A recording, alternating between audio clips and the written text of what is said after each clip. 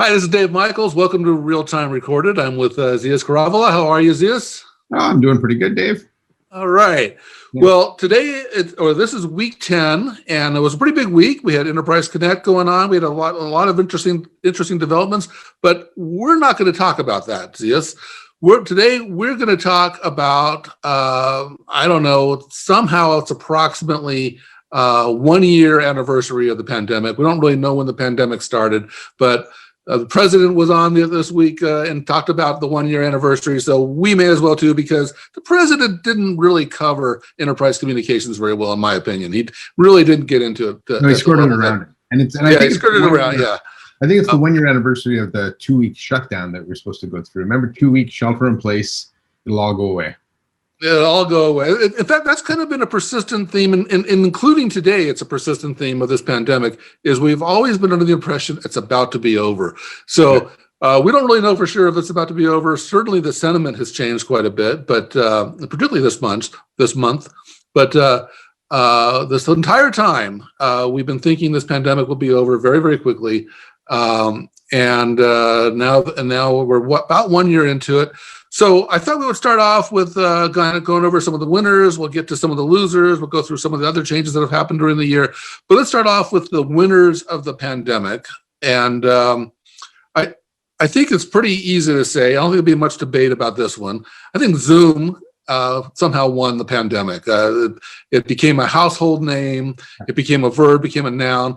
I don't really know. They kind of broke the rule in a sense, because for most of the history of enterprise comms, most companies have been trying to get away from the consumer side, right? And so we've seen Cisco kind of move away from the consumer. We've seen Vonage, actually they just changed their mind, but they were kind of getting away from the consumer side. But somehow Zoom's consumer side seemed to really help out in the pandemic. The consumers were aware of it because they were using it at work, and the people that didn't know what to do at work knew about it because they were using it in their personal circles. And somehow it all came together really nicely for Zoom. What are your thoughts on Zoom and winning the pandemic? Yes. Yeah, I don't really even understand how this happened, but somehow almost overnight, Zoom became the de facto standard for everything. If you're going to do remote education, use Zoom. If you're going to do remote courtrooms, use Zoom. If you're going to, Zoom's used by everything. And you're right, it became, it's interesting, it became a verb. And I talked to Eric about this, like both good and bad, right? That, I'll see you on Zoom later, but also Zoom bombing, Zoom burnout are also very commonly used now today, even though you might not even be using Zoom. And so it's been a fascinating transformation for that company. And you're right, they largely got a lot of enterprise adoption through viral adoption, right? So, I mean, Slack did that, but to a much lesser extent. And this might be one of the biggest case studies I've ever seen of shadow IT ever. Most companies had a corporate standard in place, and then just users took it upon themselves to use Zoom. And so, the stock price has been phenomenal. The company has expanded into other areas, and so. They're not just a video company. They're a full-fledged. They have phones now and everything. So it's been an interesting transition for Zoom. And the question is, what's Zoom's next chapter going to be from here, right? I think a lot of people think that when the vaccine gets rolled out, you'll see less Zoom, but I don't think that's the case. I think we'll continue to use it. And so whether they go into contact center or wherever they go next, we'll see. I agree with that. Our next winner that I think we should identify or give a hat tip to is actually Microsoft and Teams. This was the big year for Teams, and they've shared their usage and adoption, and that's a story in itself. But where I wanted to kind of focus is Teams is a really complicated story. It's an application, it's a platform, it's an operating system, it's all these things, and whatever you want to call it, it's also one of the more non-intuitive ways to have a meeting or non-intuitive ways to make a phone call because it's so complex. There's so many pieces to it.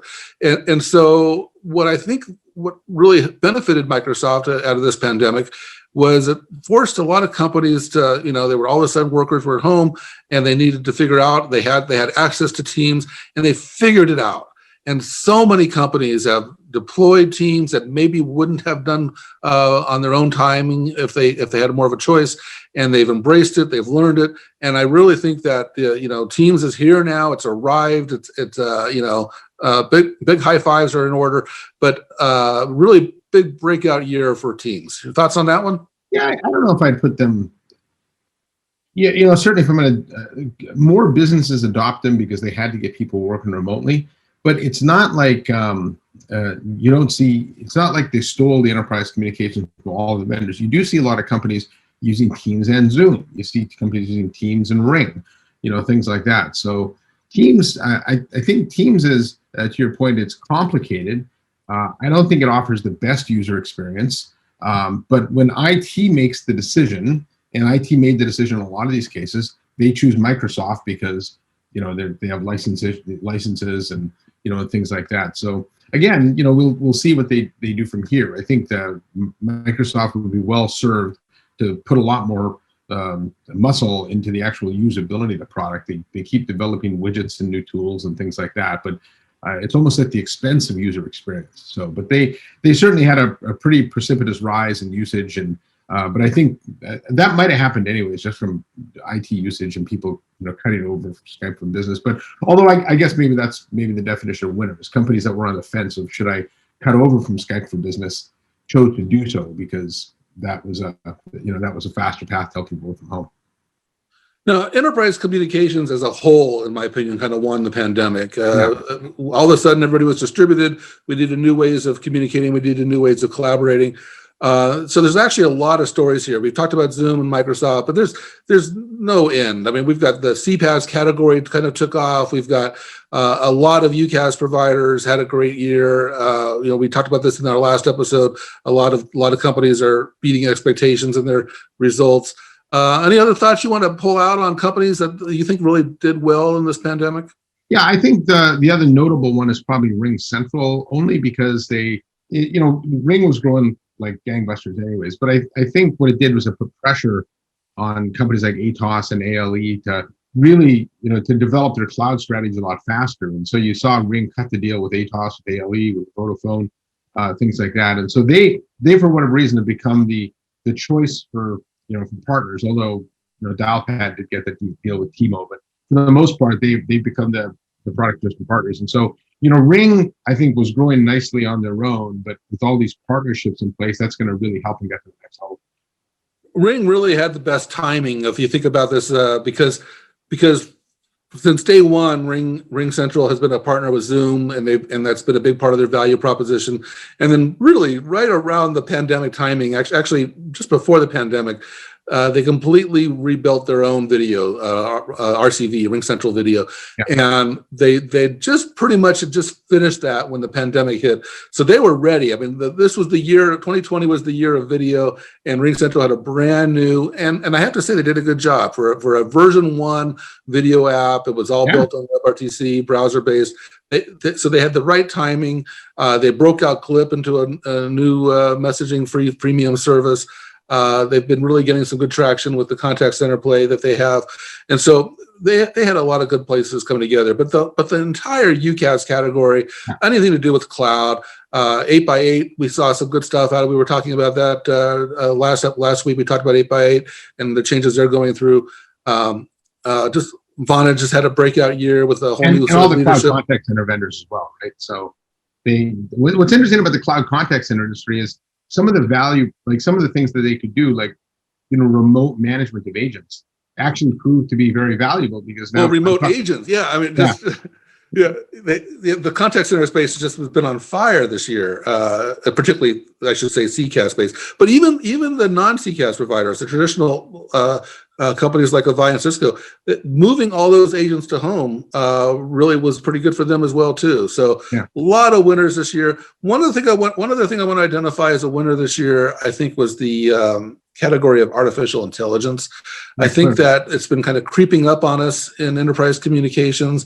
The very first things were various types of chatbots, and they were a little more frustrating than beneficial. But what a breakout year for AI! I mean, we saw it in every element of enterprise communications, from virtual backgrounds to noise cancellation in meetings. Certainly.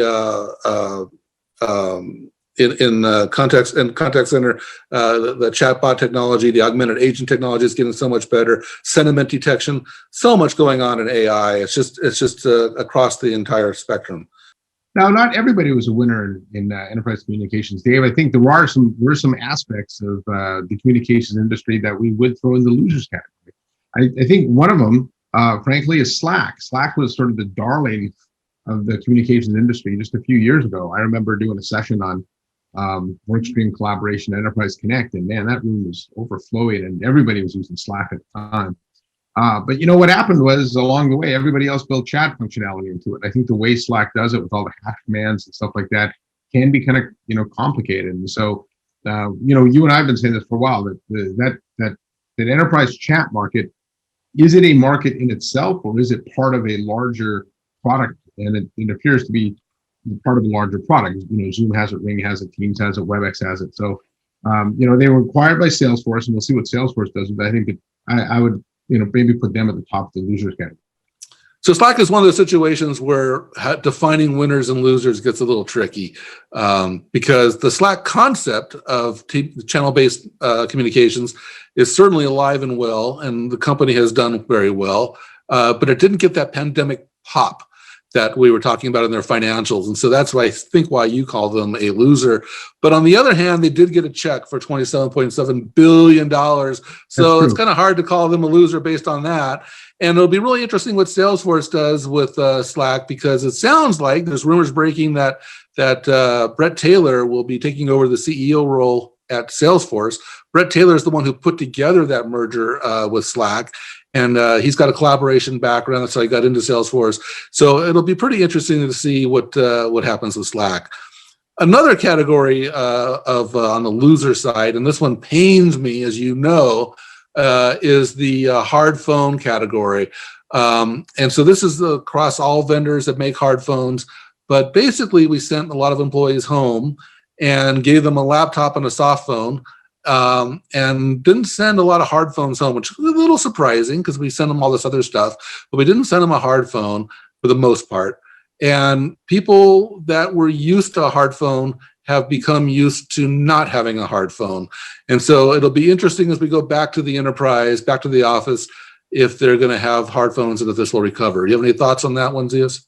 Yeah, it's interesting because I've talked to reseller after reseller where they've actually sold a lot of no phone deals at all, right? So, 10,000, or maybe not that many, but 1,000 users or whatever, and there's no phones in there.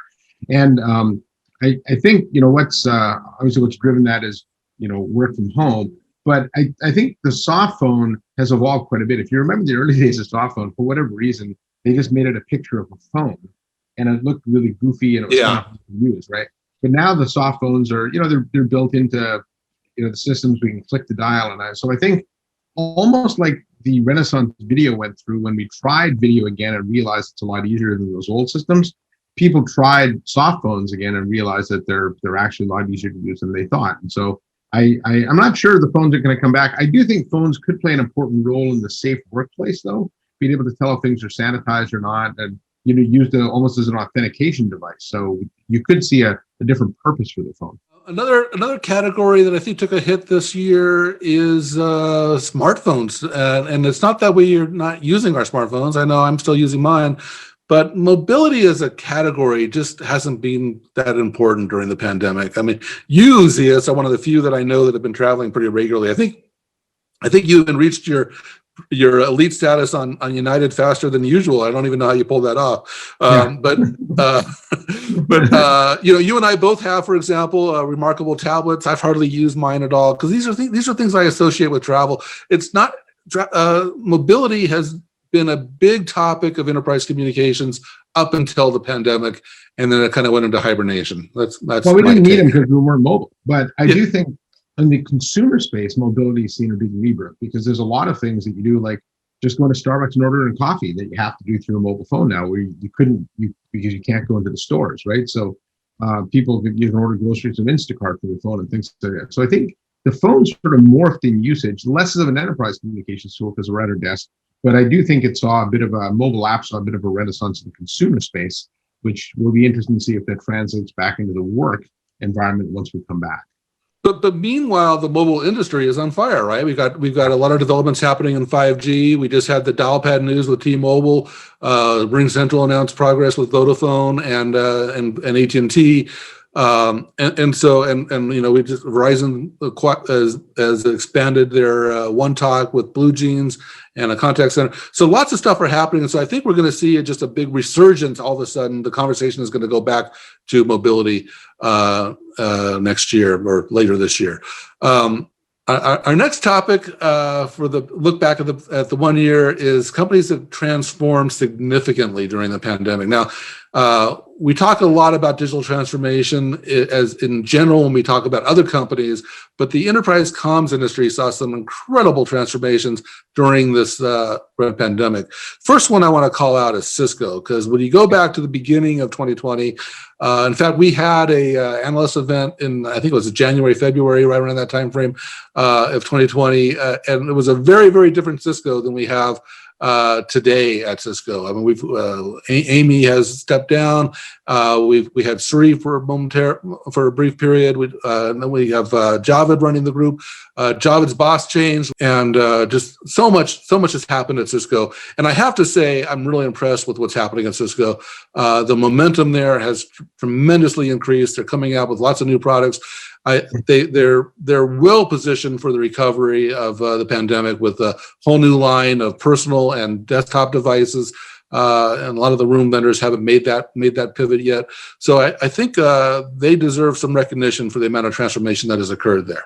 I think the success that Zoom had lit a fire under Cisco, and you saw the R&D engine really get ramped up there. And I heard rumors that Chuck basically gave Javed and G2 a blank check to go fix that business, and they fixed it, right? And so Zoom's certainly no easier to use than WebEx today. I think one of the, we talked about the phones in the video industry. You got to try it again. I think that's one of Cisco's biggest challenges, making sure customers actually understand what the new WebEx is, because they've loaded that product up now with a bunch of features. I think even to Javed's admission, the company was behind in a lot of the whiz bang features, and they got caught up with those virtual backgrounds, things like that. And now they've really stepped on the gas. They get, I'm really excited about G2 actually, because I think he's the one who put together the Slido acquisition, but acquisitions in general, Cisco's done 3 acquisitions during the pandemic. They did Babelfish, They did Slido, they did IMI Mobile.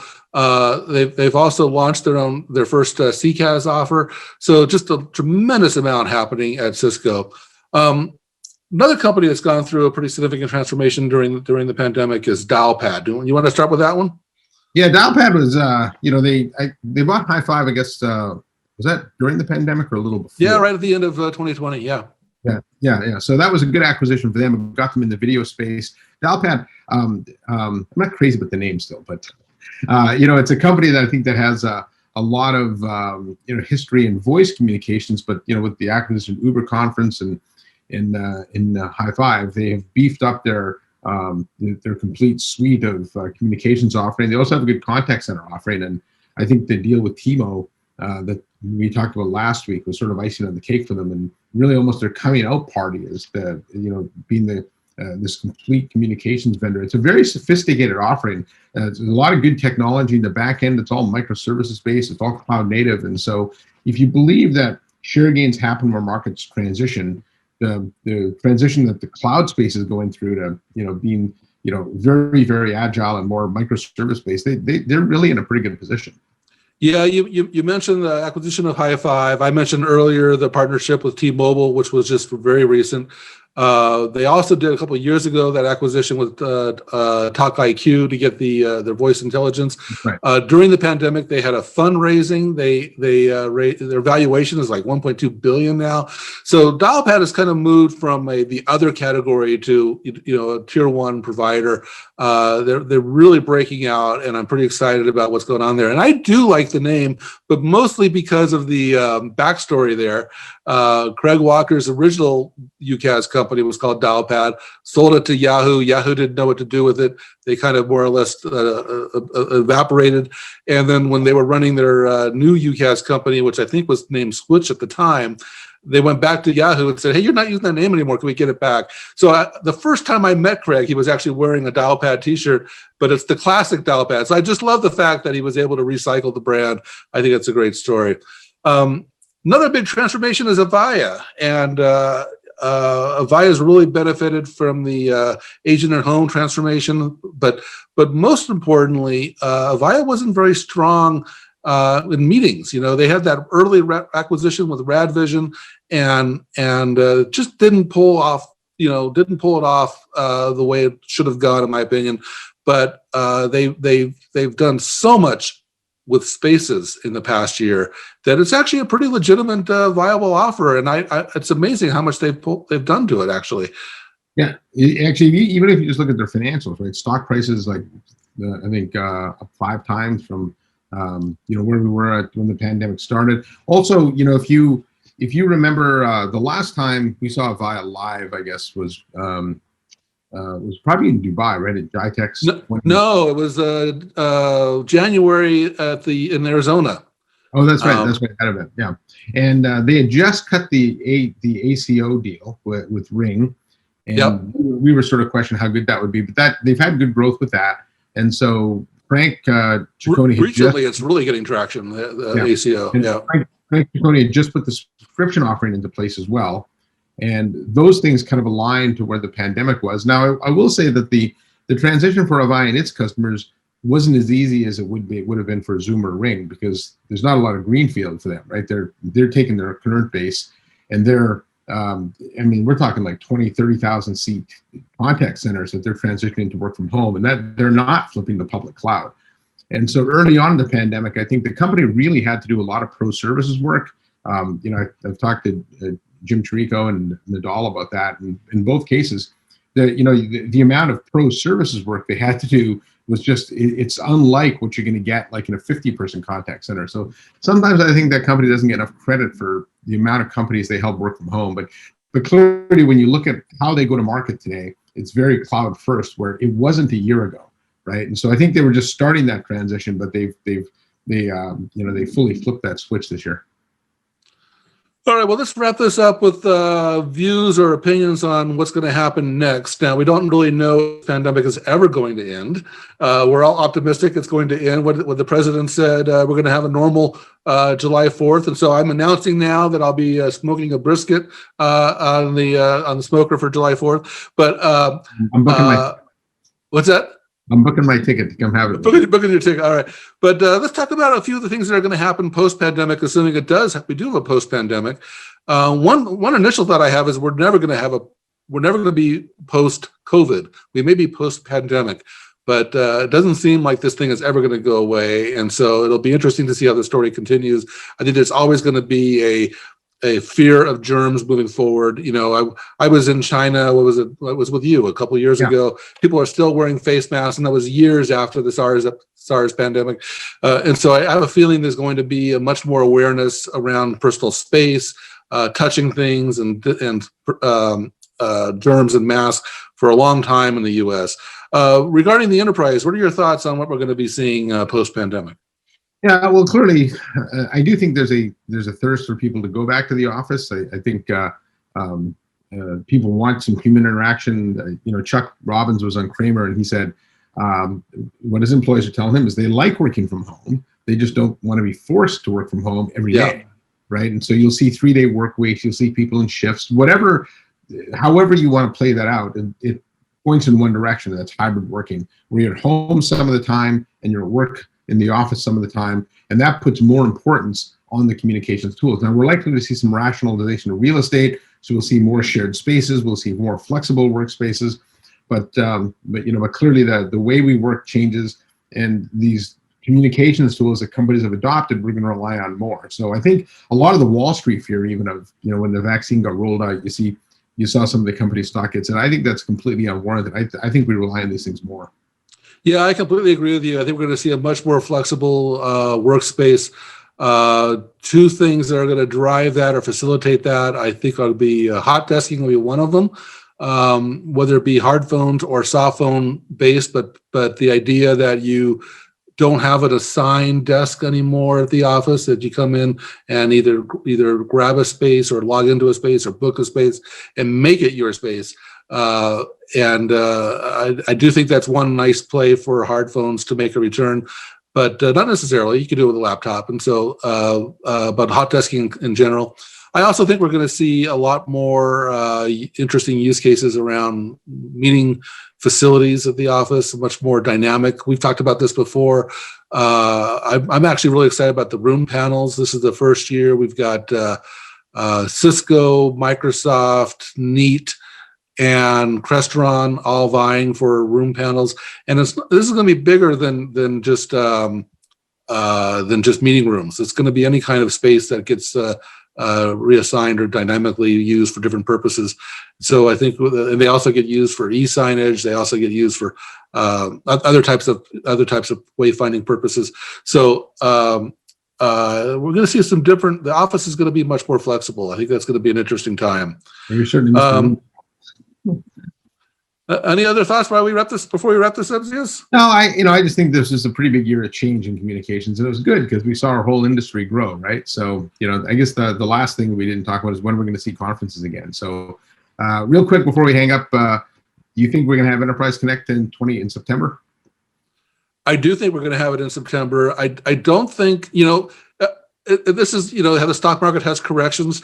As long as I can remember, conferences like Enterprise Connect have reported every year that attendance is up. And I'm beginning to get a little suspicious of this, because for like 10, 15 years, it seems like about the same size show as it was 10 years ago. But I could be wrong. But we're going to see a correction. We're going to see, I think we're going to see shorter events. I think the Enterprise Connect event we're talking about in the fall is going to be 1 day shorter than usual. We're going to see, I think they're going to be smaller for a while. I think we're going to see less travel in general. Enterprise Connect has two purposes.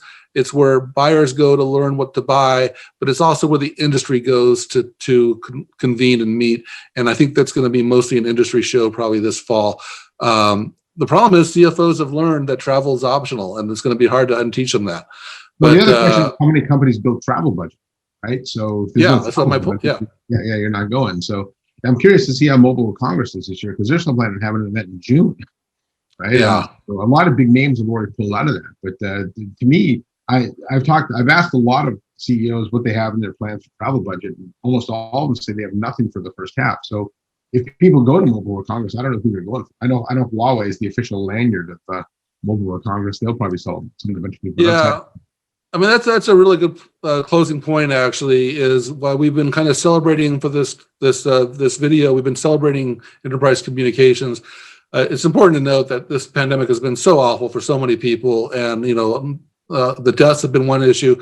But just be thankful we're not in the travel industry. Be thankful we're not in the restaurant industry. Whatever. Yeah. We're one of the few industries that has actually done pretty well over this past year. And we should be thankful for that. But exciting times ahead for sure. Yeah. All right. Well, I think that wraps up this week's Real-Time Recorded. So, David, I'll be back next week with another episode.